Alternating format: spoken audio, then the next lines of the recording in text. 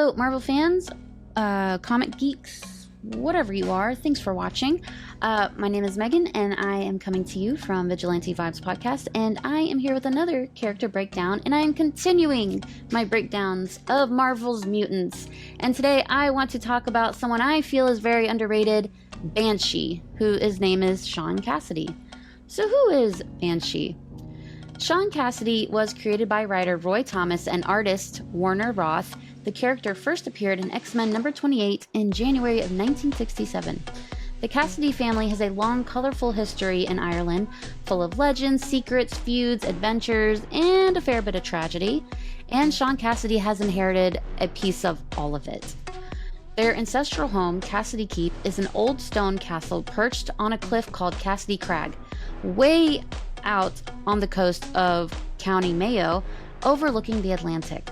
The Cassidy name has been tied to that land for longer than anyone can remember, and the castle itself was built over 1,000 years ago by Liam Cassidy, who fended off Viking invasions. But it wasn't just a fortress, it also secretly protected the families, a hidden group of small magical beings like leprechauns or elves. These days, the castle is still looked after by Eamon O'Donnell, a longtime steward, who also watches over the families.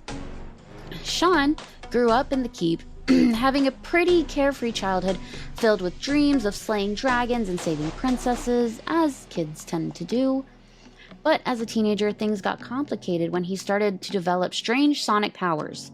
He kept them under wraps, especially after his scream freaked out some of the older folks, who thought it sounded way too much like a banshee wail from an old Irish ghost story. Banshee, that's Sean Cassidy's name, has some seriously powerful pipes. His lungs, throat, and vocal cords are built to unleash a sonic scream that could do all kinds of wild stuff, thanks to a bit of psionic help that helps him control and direct the vibrations. He can fly at the speed of sound, even with someone riding along, and his voice can be weaponized in all sorts of ways. He can blast people with deafening noise, knock them out with focused sonic hits, even if they got ear protection, or mess with their heads by disorienting them, making them nauseous, or even putting them into a trance. He can also use sound waves to vibrate himself or other things at insane speeds. His screams can hit hard enough to smash, melt, and even disintegrate stuff when he's going full force. He's got kind of sonar too. By bouncing sound off things, he can see what's around him, which is pretty cool. He can even jam scanners and tech by tweaking the pitch of his scream, and he has a knack for picking up, copying, and blocking other sound-based attacks. To keep from wrecking himself with all that power, Banshee generates a psychic buffer that protects him from his own sonic output, though if he pushes too far, it can still do damage. If he's not using his powers though, he's just as physically vulnerable as any regular guy. He's got what you might call super hearing, so he can zone in on certain things, block out background noise, filter through a crowd, which is handy when he's doing spy work or trying not to blow out his own eardrums.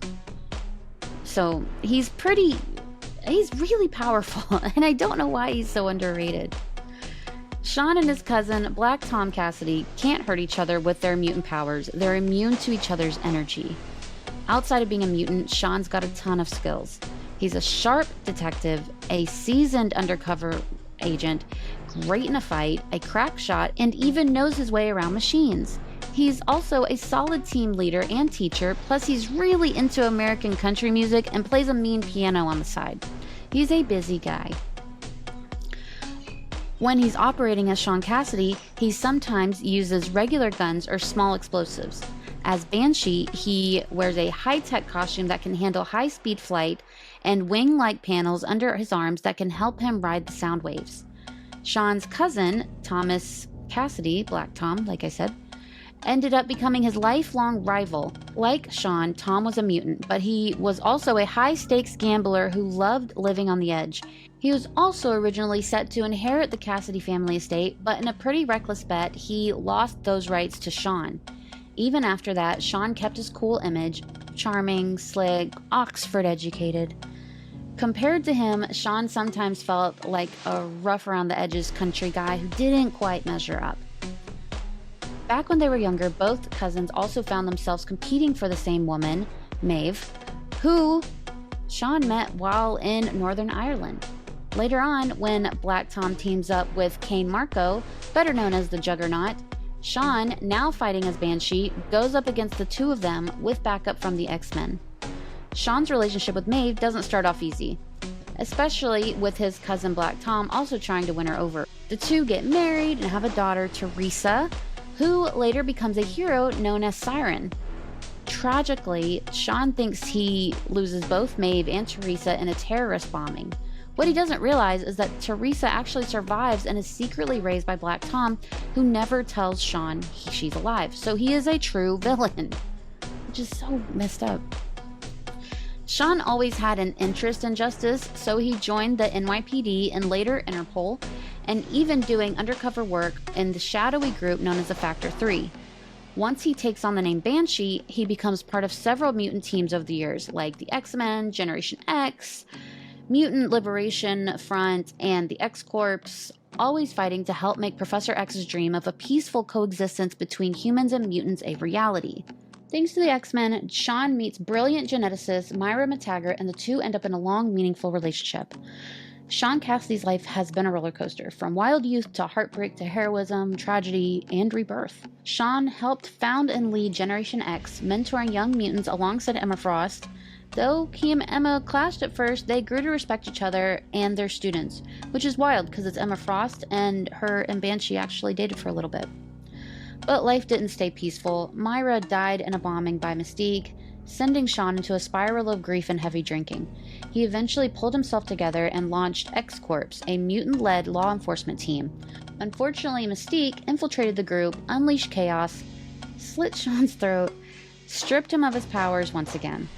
After a long recovery, Sean uncovered a major threat, Gabriel Summers, who is Vulcan. While trying to warn the X-Men, he sacrificed himself by attempting to stop a jet collision midair. He didn't survive the explosion, but died a hero, saving countless lives. This wasn't the end, though. Banshee was resurrected multiple times, first as a pawn of villains like Selene, later by the Apocalypse twins, who turned him into their Horsemen of Death. After a long road of mind control, trauma, and unstable powers, he started regaining control and joined the Mutant Liberation Front. He battled the Brotherhood of Mutants, fought alongside Hope Summers, and eventually returned to the X-Men for good. On Krakoa, the new mutant nation formed by Xavier, Magneto, Myra, Banshee was fully resurrected and cured of his death seed corruption. Reunited with his daughter, Serene, he settled into a life on the island, finally at peace after decades of chaos, loss, and redemption. So that is basically who Banshee is. As usual, I have comics for you to get to know Banshee a little better. You can check out the original run of Generation X. You can check out Cable, number 16, Excalibur, number 82, Uncanny X-Men, number 316, Uncanny X-Men, number 317, Wolverine, Volume 2, number 85, X-Factor, number 106, X-Force, number 38, X-Men Volume 2, number 36 and number 37, and Age of Apocalypse. That is all the Phalanx Covenants crossover. I don't know if I said that word right, but if I didn't, I'm so sorry. So, please make sure you like and subscribe, and have a marvelous day.